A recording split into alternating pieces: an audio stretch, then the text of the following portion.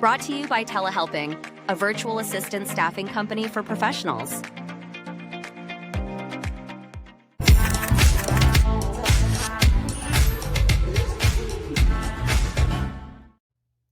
Hello, everyone. My name is Cody Hall, and I am the host of The Faces, Entrepreneurs Are People Too, and the founding CEO of Telehelping, a virtual staffing organization, and the here and sponsor of this podcast. So I appreciate you so much for Telehelping to allowing me the opportunity to speak with great people like Matt. Matt, how are you doing today?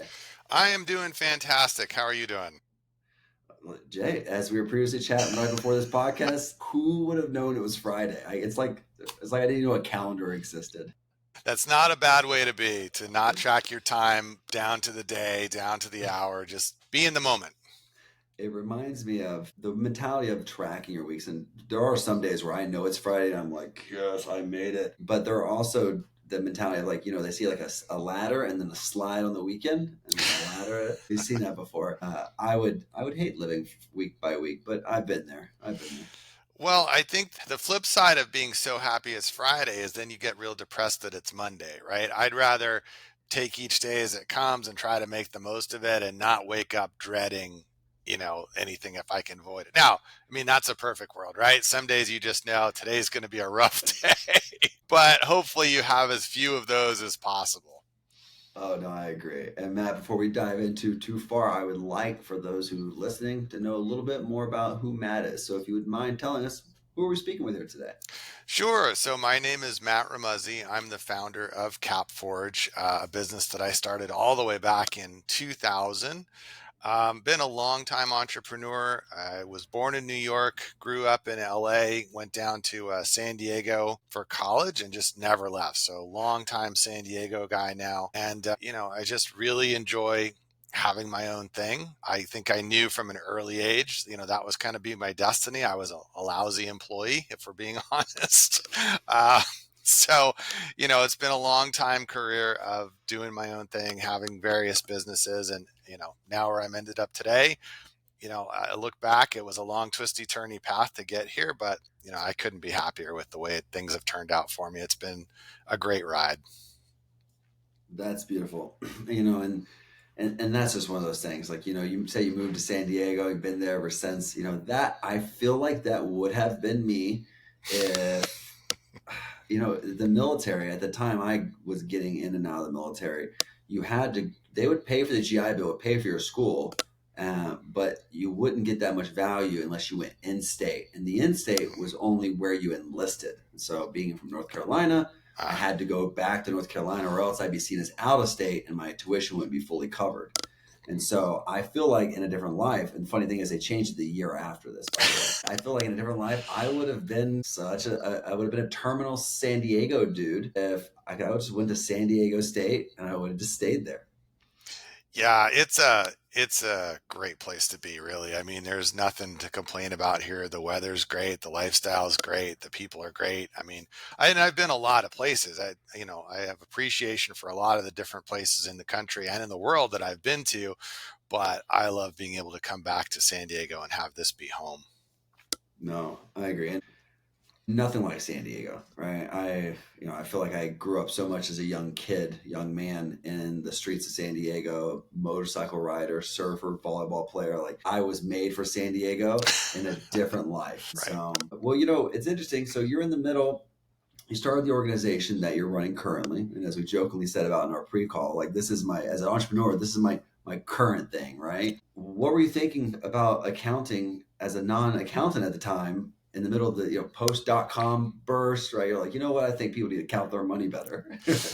Yeah, like I said, it's an interesting, twisty kind of path that got me here. Excuse me. I was in restaurants for a long time before college, in college, after college. And as much as I learned a ton from doing that, I thought, this just is not where I want to be. So I went back to school. San Diego State has an entrepreneurship program within their MBA program. And I thought I knew I wanted to have my own thing. I just didn't know what that would look like.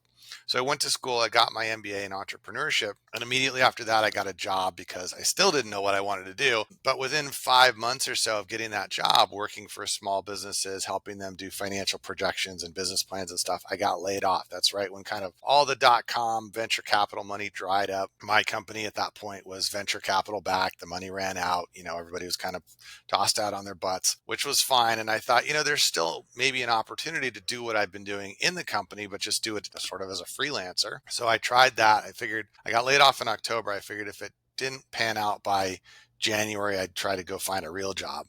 Lucky for me, I picked up a job, then another job, then another job, and kind of got going with doing consulting. I could see that there was an opportunity to take what I was doing as a one-off consulting and spin it up into kind of some software. I did that. The software business kind of took off. Then I had an opportunity to buy a restaurant, which I did. I grew that. I sold it. I sold it myself. And I thought, okay, maybe what I'm going to be now is an acquisition entrepreneur. So I'll become a business broker, and then I can sort of cherry pick the best deals. I'll get the first look myself. I'll buy whatever I like, and anything I don't like, I'll sell. I'll make a commission, right? Win-win, I thought. I did that for 4 years. I sold 36 businesses. I never found one I wanted to buy. But every time I'd go talk to somebody who wanted to sell their business, I'd look like, okay, let's figure out what your business is worth. Let's take a look at your books. And story after story after story of, oh, the books are a mess. Oh, my wife does them, but she doesn't really know what she's doing. Or, oh, I had a bookkeeper, but she quit 6 months ago. I haven't found anybody new yet. I could just see over and over again, bookkeeping in small businesses was a real challenge. There was no good professional organization that would take care of it for you at a reasonable price. And right about that time, into year 4 into doing business brokering, I came across this virtual bookkeeping business that was for sale. And I thought, oh, maybe that's the one I'm finally going to buy. That I could see the need, could see the opportunity. I like the recurring revenue, all this stuff. Turns out somebody else beat me to buying that one. But I thought, okay, well, if I can't buy it, maybe I just start it. So let me try this for 6 months. If I hate it, I'll quit, do something else. That was 13 years ago. In that time, grown to 90 employees. We've got clients across the country. We've added tax, we've added advisory, we've added all this stuff. It really panned out, that thesis of, hey, the world could use a good quality small business bookkeeping accounting firm that really understood business owners, came from that business owner perspective, not the accounting perspective, because I was by no means an accountant myself or bookkeeper or anything. I'd taken a couple classes just to get refreshed, but my plan was always to hire smart accounting folks, and I would be the front end, kind of drive the sales and everything. So that's why, I'm an accounting firm owner that has no business in accounting, but I know how to grow a business. I know how to manage teams. I know how to do sales. I know how to talk to small business owners. And that's all the stuff that's missing from most accounting firms. Most accountants are not good managers of people. They're not good at sales. They're not good at marketing. They're not good at connecting with business owners. And so I was able to kind of run by a lot of them. And now, we're bigger than 99% of all the accounting firms in the US. Just because I'm not an accountant, I think that's what I attribute a lot of it to. No, it actually makes me bring up, while oftentimes I wait to mention later in the podcast our sponsors, we actually have a sponsor, Parallax, who actually sponsors this week's podcast. They're an AI legal firm that actually allows small business owners, because who here hasn't started a business and they're like, I need an agreement, or I need someone to review this for me. And they're like, but I don't want to pay someone a retainer.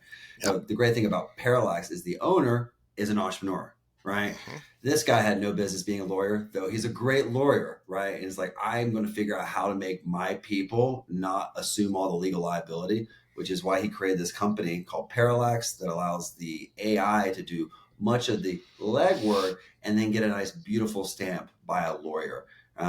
Beautiful model. Actually, if you mention that you heard about it on the faces, they'll give you 10% off. So shout out to Parallax. It's an amazing software. We use it here at Telehelping. But everything you said made me think of them, because you're absolutely right. Unbeknownst to many people, I do a lot of consulting in the accounting space on the marketing and sales side. And one of my most recent clients is a bookkeeping and a CPA firm. And one of the things I love about hearing about the bookkeeping, right? Thankfully, I have great bookkeepers and accountants. I'm set. I got my own team, right? However, you said it well. Like, it is a major headache, because think about this, Matt. Like, who in the hell starts a business and is like, you know what? because I'm a solid accountant who actually understands engineering, I'm going to do this and manage my own books. No, it's a guy who went out and did some code. He's like, oh crap, I'm making money. What do I do with it? Yeah. And that's, it is an essential element that oftentimes isn't present in the entrepreneur's wheelhouse. Absolutely. I mean, I think most entrepreneurs, at least in the beginning, it's seat of the pants. It's a gut instinct. You see a gap in the market, an opportunity to do something, you jump into that. And bookkeeping and accounting is the last thing on your mind. And, it's a necessary piece. It's important. It's good to learn and educate yourself about what is a P&L telling you, what is a balance sheet about, and how to run your business by the numbers. But it's very rarely the first or second thought, if it's a thought at all, right? So, but then when you come back, and you realize, hey, I need this, I need help on this. There's so many people out there who are just not good at it, or they're good at the accounting part, but they're not good at the communication part. And so that's where we really thrived, was being able to not only do the work well, timely, consistently, but being able to communicate with business owners on, this is what this means for you. This is how you can use this to help drive your business, increase profitability, grow the top line, and providing that education and talking to them business owner to business owner in plain English, instead of, business owner to accountant, where it feels like neither side really understands the other side. And that was, I think, the big differentiator for us. And, we are privileged here at Telehelping to support many bookkeeping and accounting firms, right? It's a big, they are our second biggest industry. And I can say this with confidence, without insulting anyone, they all serve different clients. We have ones who serve clients because they understand the clients just need the books closed, right? They just need the things bucketed into expenses. The general speed and accuracy of it, while not always important, just needs to be compliant, right? And then you have mid-market, and then we have white glove service folks who's like, they want the whole shabam: education on P&Ls, tax saving strategies, quarterly tax meetings, projections, all those things. And there's a little bit of the blood for everybody in this space, because think about it, right? For every business, someone has to count the nickels, right? Mm-hmm. Where do you fall into this? Where would you consider yourself in regards to the type of service you're providing? Are you white gloving? Are you more in the middle? The way you say things makes it sound like it's a little bit more comprehensive. Right. I mean, we start with bookkeeping for any of our small business clients, because if the books aren't right, then it's really hard to do the taxes right. It's really hard to give them any proactive advisory, right? Because you're like, well, I don't know what you should do, because your numbers aren't right to begin with. So I can't tell you if you should get better or worse, or if you're even making money. So we always start with the bookkeeping. That's kind of the foundation. And then from there, we can add more services. Sometimes people say, I already have, I have a CPA, he's a great guy, I don't want to switch. No problem. He's going to appreciate, though, having better, more accurate, more consistent numbers to work with. And other people go, look, I need everything, right? So do the books, and then make sure I get, the least possible tax bill. And then also tell me, how do I grow this thing? Like, can I buy, a new truck? Can I hire that new person? Can I launch that marketing campaign? Do I have the budget for it? Is it going to screw me up? Is it going to, be worthwhile for me? So, we kind of take it as a buffet style approach, right? Here's everything we have, and pick and choose the things that are going to be most helpful to you for as long as you need them. And it's not like, well, you're locked in forever on everything. You can, okay, I'm, good with advisory now. Let's back off, do it quarterly or just once a year or something. I'm kind of good with my plan right now, or, whatever I always say, we're not really a sales organization. We're a solution option, right? Here's what we can do for you. If that makes sense at that price, great. If not, no problem. I don't have to twist your arm into anything, or, it's not like, hey, what can I do to get you into bookkeeping today? It's not like, we're not doing that, right? We're not, let me count that money for you. There's only 4 spots left. It's a Memorial Day sale, right? Get in now before we run out of, well, we're not going to run out of bookkeepers. It's like, come in today, come in next week, come in a month from now, whatever, like, if it works for you, it works for us. Great. I love that. I mean, that's a similar strategy we take as well, right? We have the luxury of being able to select our clients. We turn away business because we know who we're going to work with well, right? And we know who we're not going to work with well. We're not taking all lawyers, all accounting firms, and all financial advisors, because we're far enough in our maturity level where I am choosing good versus all, right? Right. There was a time where I would take all. Well, that's the normal, when you're getting started. One, you don't know who's going to work and who isn't. And two, you just want the business in to pay the bills to get but Right. yeah, you figure it out. Like these guys we can do a great job for. And the ones you can't, or the clients, I mean, even if you could do a good job for their business, some clients just it's not going to be a fit. You're just not, you can just tell right off the bat they're going to be super demanding, or they're just kind of jerks, or whatever it is. And you're like, yeah, you know what? Sorry, not able to help you. And it's better for Mhm. everybody in the long run. It really is. I mean, I could have saved clients and myself pain for saying no, and then likewise, But one thing you did say during your chat there was that, being able to understand if they can afford something, right? I oftentimes believe most business owners, right? And I say most, which I'm saying business owners under a million, right? We'll get a little bit more specific. Business owners under a million. If you're making decisions and you're not thinking about how much it's going to cost you, right?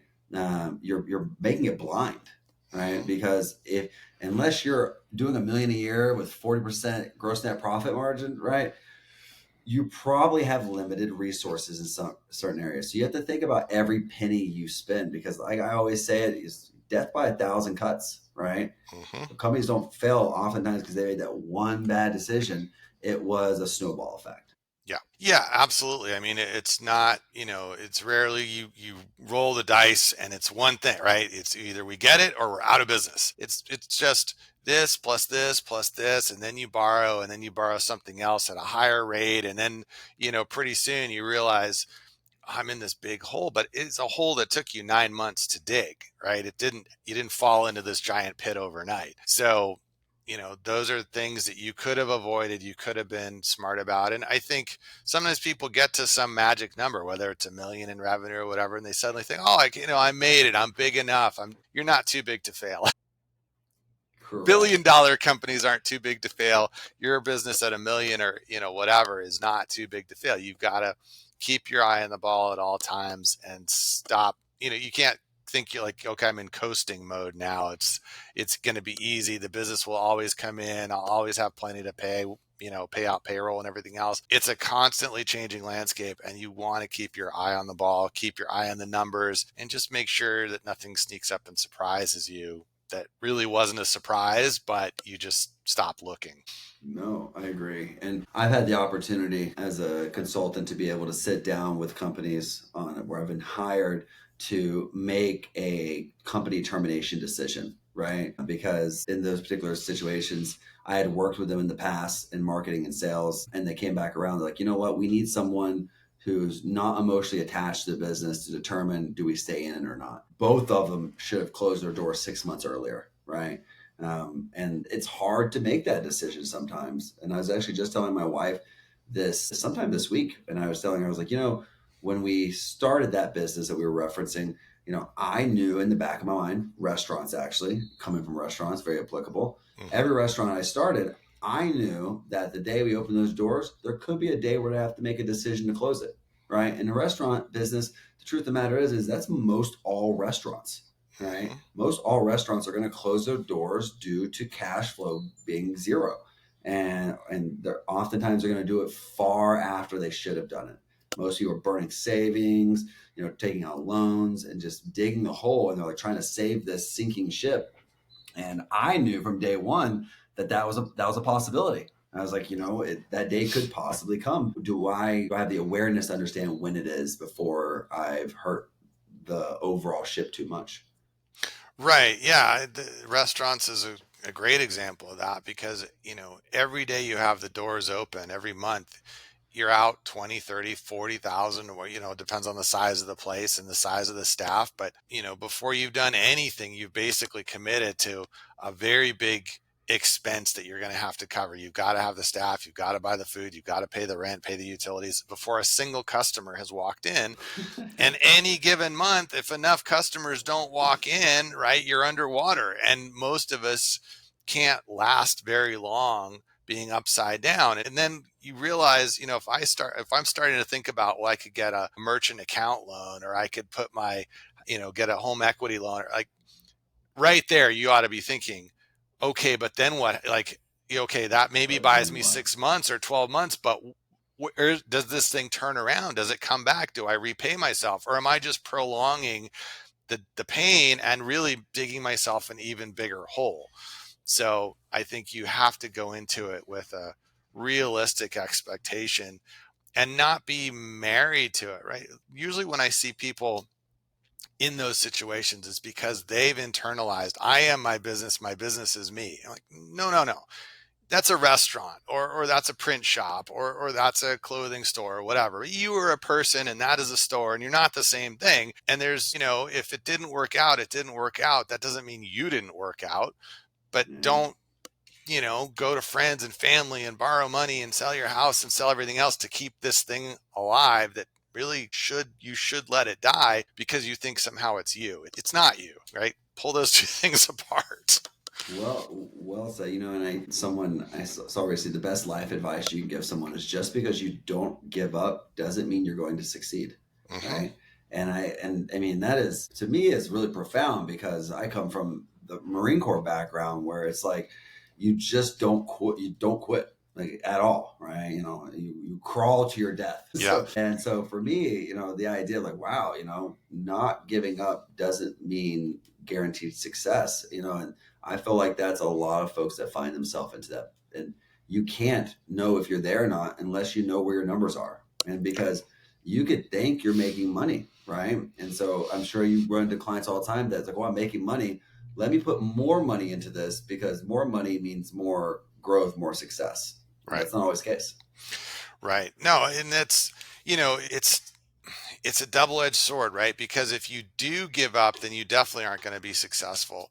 But not giving up doesn't mean you are. So we're ingrained as entrepreneurs, and you read the stories, oh, I kept going, going, and finally I broke through and made it. So people are sort of trained to think that giving up is failure, and if you just keep pushing through, eventually everybody has a happy ending.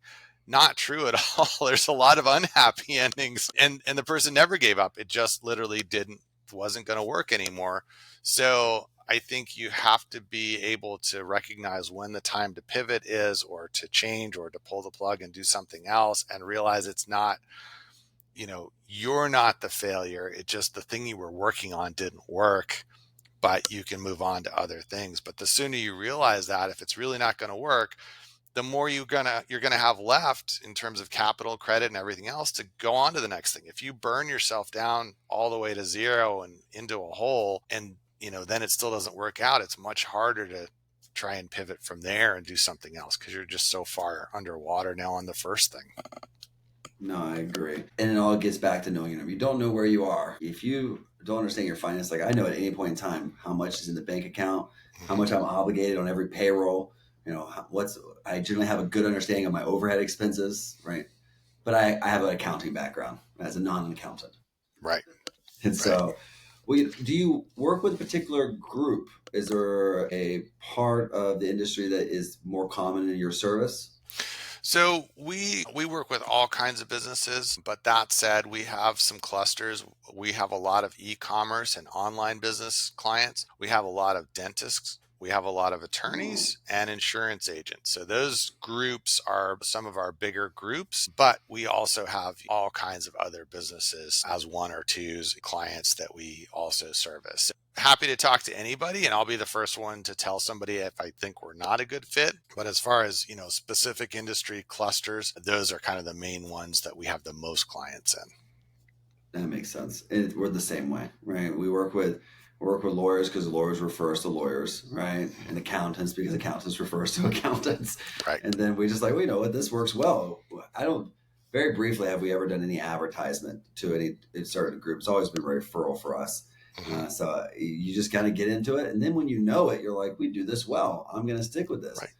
And then out of the blue, sometimes we have someone come from a random industry. Like we have a couple of agriculture companies that we do Hmm. virtual staffing for, right? Came out of nowhere, right? Yeah. Yeah. And you wouldn't necessarily realize that you could be a good fit there, but you see them, you see what their needs are, you figure it out, you go, actually, this could work pretty well. And, that may be a new category for you. Who Well, knows? the funny part is their agriculture but we do accounting for them. And so they hired accountants for their agricultural retail companies. And so they do a lot of accounting support for their local farmers. And so much like a franchise, oftentimes like co-ops, which are, organizations owned by the actual members. And so they get like a bookkeeping service from their co-op. And those accountants are our virtual folks from Mexico. Got it. So even though it's agriculture, it still is accounting. It's still, just makes sense. Oh, that's great, Matt. Well, so Matt, when you're not, doing all things accounting, what do you do outside of work in the beautiful San Diego? What's life like?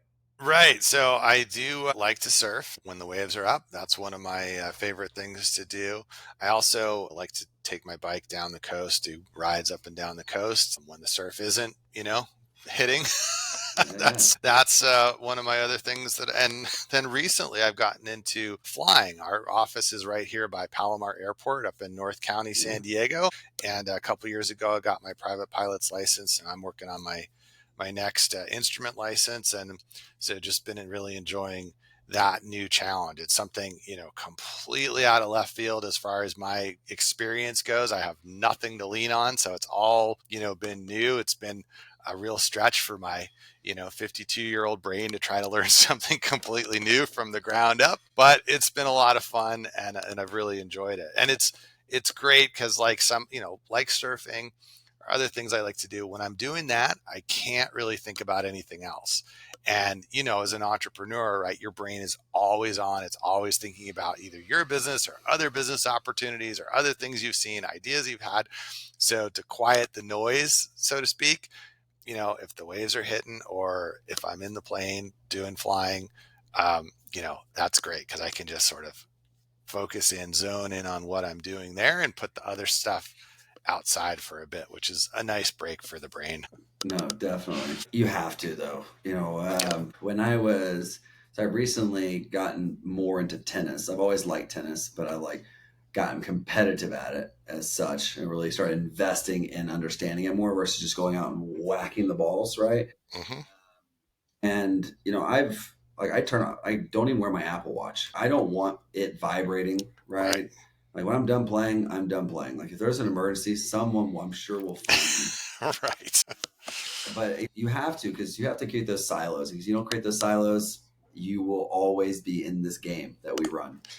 Yeah, I always joke with people. I'm such a, business nerd. Anytime I see anything, I'm always thinking, I wonder how much they gross. I wonder how much they net. I wonder what their costs are. And I always joke, like, they'll literally be taking me in the ambulance on my very last trip on this earth. And I'll be laying in the back of the ambulance going, ambulance companies. I wonder how that works. Profitable business, actually. So it's just hardwired in there. I can't turn it off.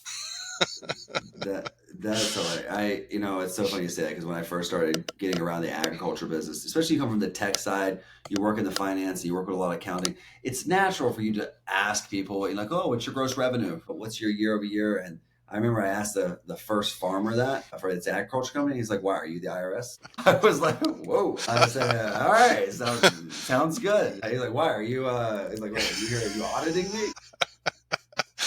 You're like, paranoid much? Jeez, okay. I listen, those agriculture guys, salt of the earth, wonderful people. You know what? They are not like techie folks or people from our industries where it's like, oh, what's the size of your company per year? Like, why are you asking? I was like, I touched a sensitive point. I didn't understand. Okay, yeah, sorry. Turns out it's because he does really, really well, and he doesn't want anyone to know it, right? He just wants to be a normal guy. And so, well, Matt, it has been an absolute pleasure to speak with you. Before we wrap up here today, tell folks who out there who are maybe doing their own bookkeeping, maybe not doing their H&R Block taxes. Tell them how to get in contact with you and go from there. Yeah, absolutely. I mean, the best way to find out more about us is to just go to the website capforge.com, and it has all our services there, it has our pricing, it has all the information. If that looks good or you're just curious, want a second opinion, second set of eyes, please reach out. Happy to do that. No obligation, no cost. You can reach us via email. You can literally call the office if you're still one of those people that uses the phone anymore. We still have occasionally people call. But yeah, reach out. I'm happy to talk to anybody. Like I said, I'll be the first person to tell you if I don't think we're a good fit. And if I do think we can help you out, I'll just lay it out. Here's what we can do. Here's what it would cost. And then, no pressure, no obligation. If it makes sense, if it feels like a solution that'll help you, great. If not, no worries. But yeah, happy to chat with anybody who's interested. And, check us out on the website, capforge.com. Wonderful. Well, Matt, big fan of what you do. Big fan of supporting people like you. And then obviously I love my numbers myself. So, Right. Sir, it's been an absolute pleasure to speak to an accountant and surfer all at the same time. And I hope you have a great rest of your day, sir. I appreciate your time. All right. Well. Thank you. Take care. This video was brought to you by our official sponsor, Telehelping. Need support for your business? Telehelping connects you with top-tier remote staff to help you streamline operations and fuel growth. Go to telehelping.com and get started today.